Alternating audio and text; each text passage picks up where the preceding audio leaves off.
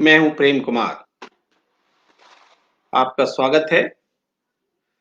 चर्चा अब भी महाराष्ट्र की ही। महाराष्ट्र में मुकेश अंबानी जी के घर इंटीलिया के बाहर जो बम रखा गया और उसके बाद लगातार घटनाएं घटती चली गई, उसी विषय पर आज की चर्चा है। और मैं संक्षेप में अगर कुछ याद दिलाना चाहूं तो ताजा जो घटनाक्रम है उसमें आप देखें तो अब जो एटीएस जांच कर रही थी, वो एटीएस की जांच अब एनआईए ही करेगी।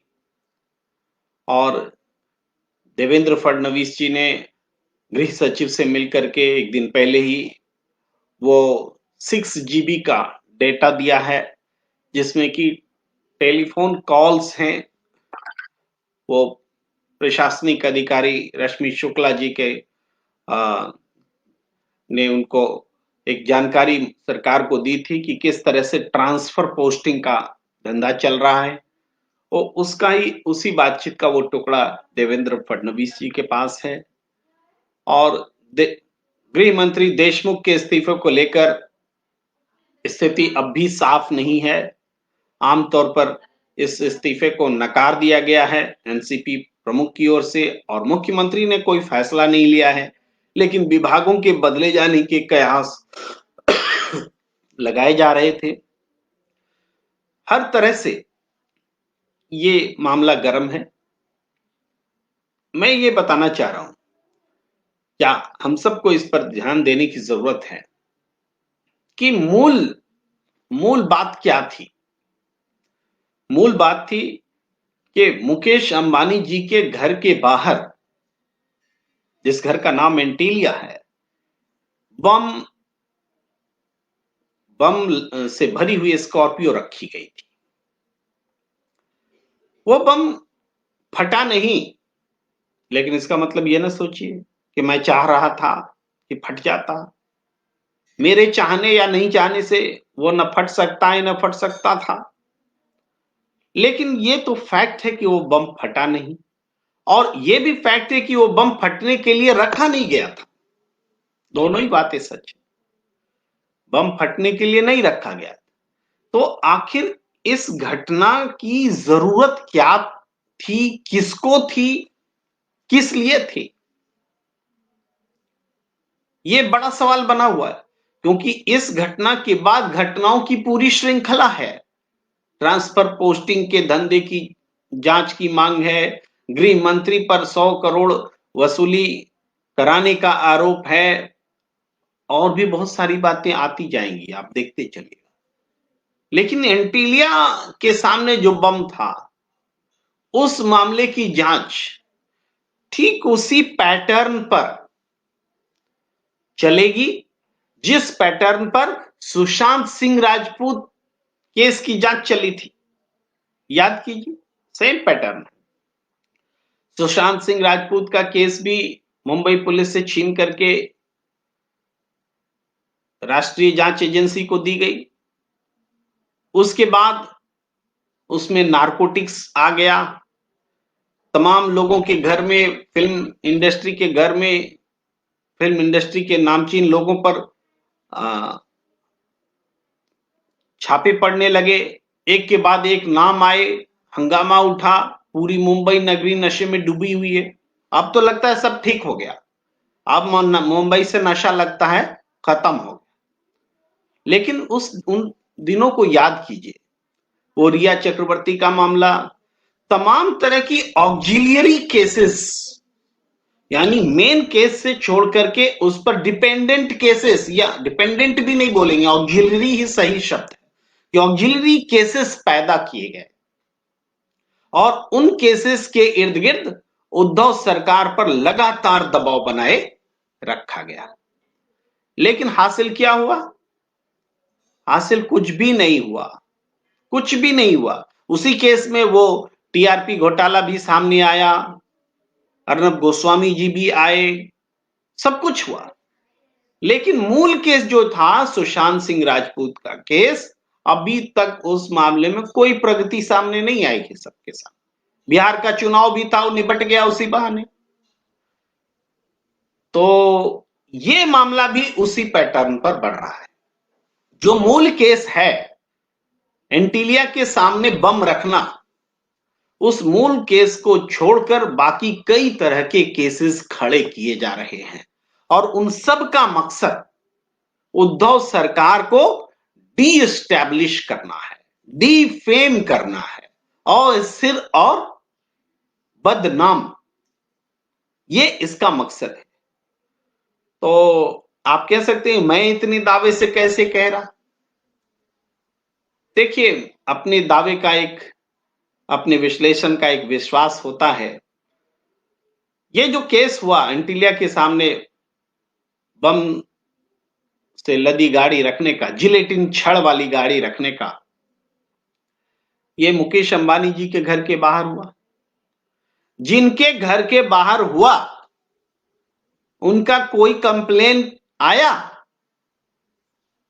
एक पुलिस की हिम्मत भी नहीं है, एनआईए की भी हिम्मत नहीं है कि उनसे एक फॉर्मल कंप्लेन ले ले कि हमारे घर के बाहर जो बम प्लांट हुआ उससे हमारी जान को खतरा है, हमारी जान को चिंता है, कि हमें सुरक्षा चाहिए, कि क्या चाहिए। कोई कंप्लेनर नहीं है। और जिसने प्लांट किया, आप जान रहे हैं कि सचिन वाजे, वही इसकी जांच कर रहा था और कोई एनआईए अचानक इसमें प्रवेश करती है इस मामले में और जांच करने वाले अधिकारी से पूछताछ करके ये अब तक जो सामने तथ्य लाया गया है कि वही कल्प्रिट था, उसी ने बम भी रखे, वही जांच कर रहा था, वही पुलिस के तरफ से एक्टिव था। तो मतलब अब तक ये है कि पुलिस की वर्दी में ही किसी ने, सचिन वाजे ने अपने किसी आका के कहने पर ये बम प्लांट किए। अब वो आका कौन हो सकता है? तो आमतौर पर इसकी जो सीमा है वो पुलिस में कोई आका हो सकता है या उन सरकार में कोई आका हो सकता है, वो उद्धव सरकार की मैं बात कर रहा हूं। लेकिन नहीं, बिल्कुल नहीं, क्योंकि जो कोई भी आका होगा वो बम रखवाने का, और ये बिना बिना फटने वाला, जो वो बम जो फटे नहीं, ऐसा बम रखवाने के पीछे उसका क्या मकसद हो सकता है?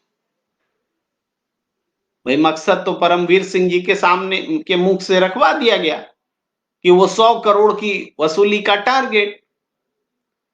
तो 100 करोड़ वसूली का टारगेट, इसको पूरा करने के लिए मुकेश अंबानी के घर के बाहर बम रखना, इसका मतलब क्या हुआ?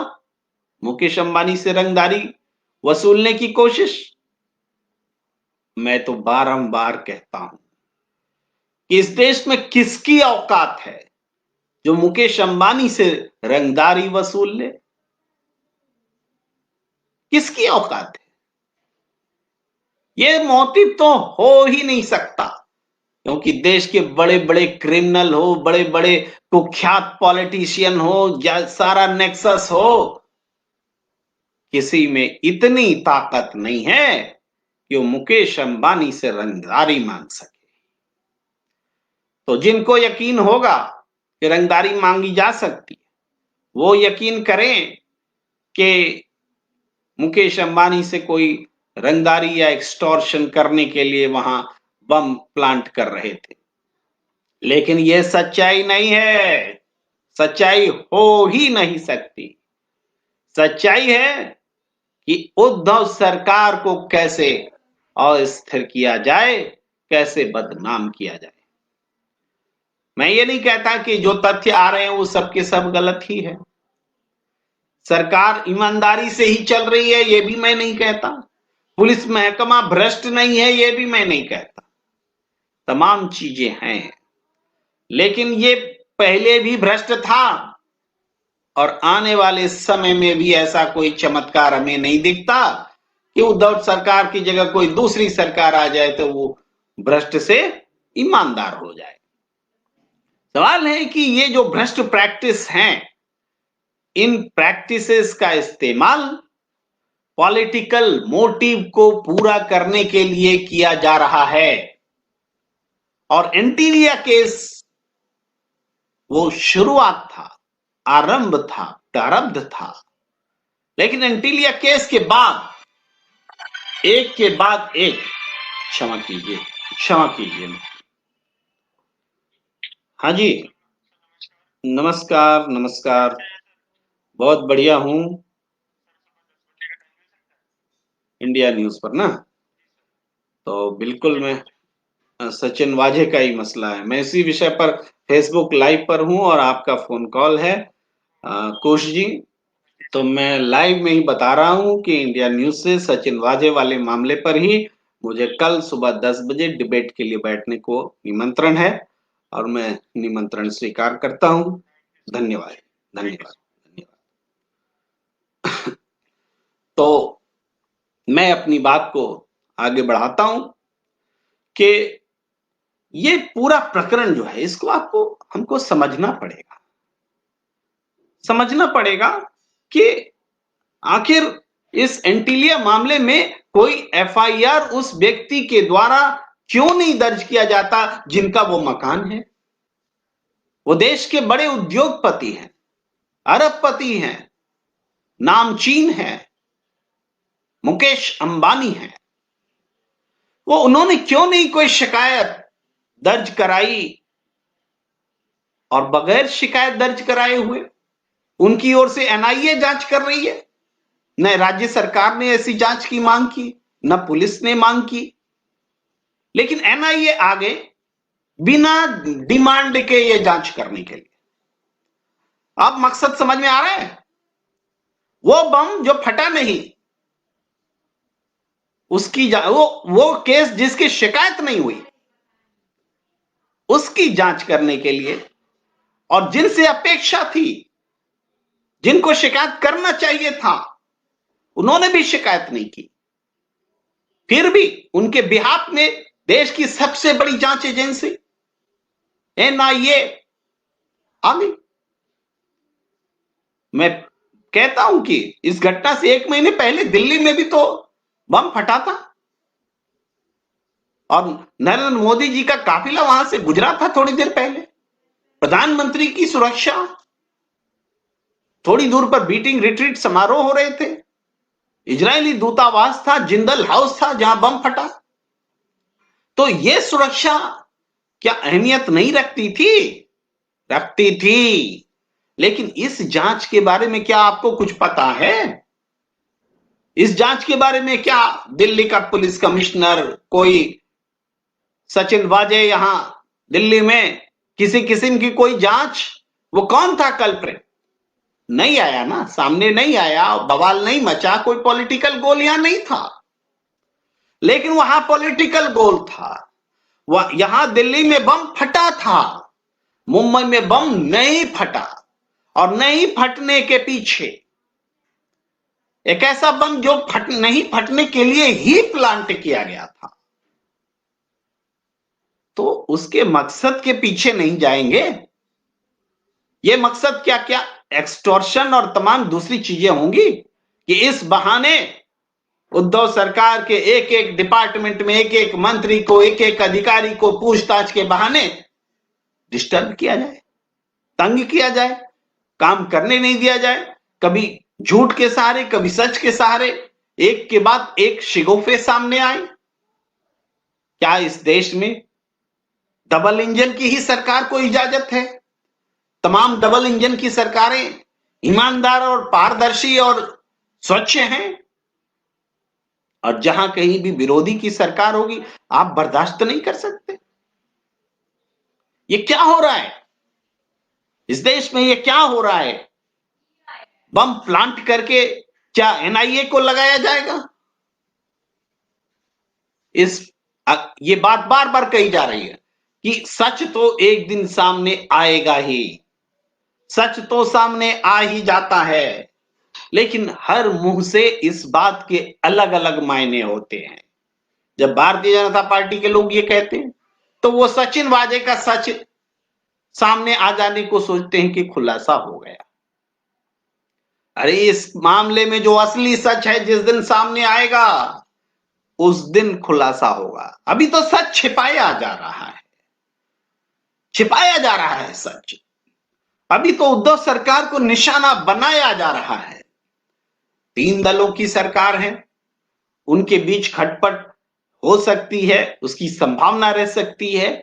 उन संभावनाओं को में आग में घी डालने का काम कैसे किया जाए उस रास्ते पर चला जा रहा है। असंतोष हर जगह होता है, इस असंतोष को पॉलिटिकली भुनाया जा रहा है। पुलिस डिपार्टमेंट में भी असंतोष है, किसी को प्रोन्नति होती है, किसी को नहीं होती है। तो जो जो लोग नाखुश हैं उनको डबल इंजन की आकांक्षा रखने वाली केंद्र की सरकार और उसकी पार्टी वैसे लोगों से कांटेक्ट में रहती है, उनके प्रति सहानुभूति जताती है, उनसे वो 6 GB का डेटा मांगती है, और वो पुलिस अधिकारी अपनी निष्ठा को इस पॉलिटिकल गेम के सौदागर के हाथों बेच देती है। वो अधिकारी बेच देते हैं अपनी निष्ठा को। अब एक प्रांतीय सरकार के खिलाफ केंद्र सरकार ऐसे असंतुष्ट अधिकारियों की निष्ठा की खरीद फरोख्त करती है। क्या ये जांच का विषय नहीं होना चाहिए? ये जांच का विषय होना चाहिए कि नहीं होना चाहिए?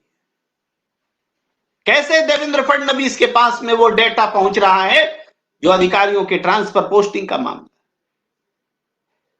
निश्चित रूप से मैं इस बात में कहीं विरोधाभास नहीं रखता, कहीं मेरी आपत्ति नहीं है कि उस बातचीत में ट्रांसफर पोस्टिंग गलत तरीके से कराए जा रहे होंगे, निश्चित रूप से कराए जा रहे होंगे। लेकिन क्या यह डेटा देवेंद्र फडणवीस के पास होना चाहिए? उत्तर प्रदेश में भी तो ऐसा हुआ। वैभव कृष्ण आईपीएस ने पूरा लिख के दिया कि यहां ट्रांसफर पोस्टिंग के लिए हर जगह तय है, किस जगह कितने ट्रांसफर पोस्टिंग के लिए कितनी रकम ली जाती है, पूरा लिख करके दे दिया योगी सरकार को।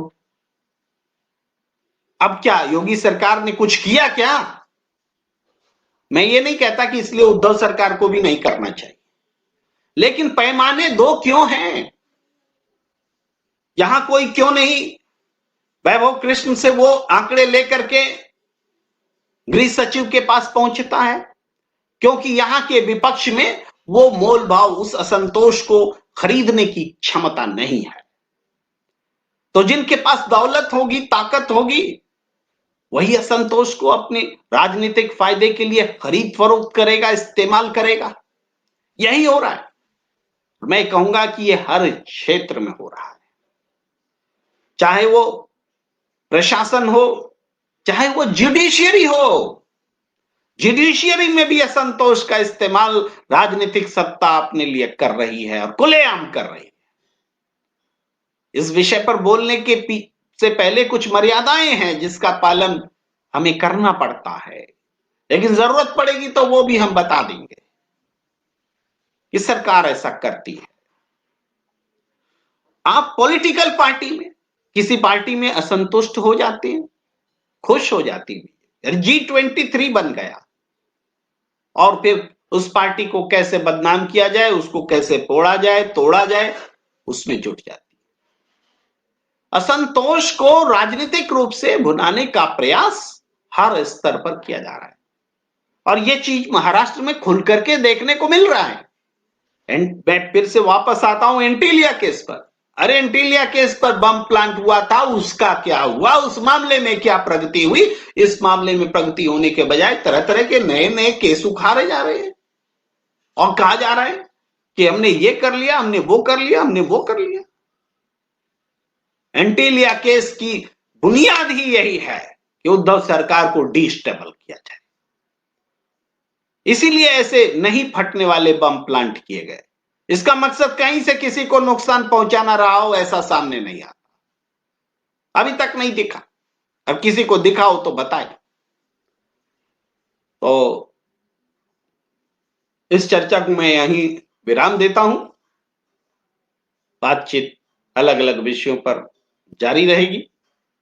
मुझे दीजिए इजाज़त। नमस्कार।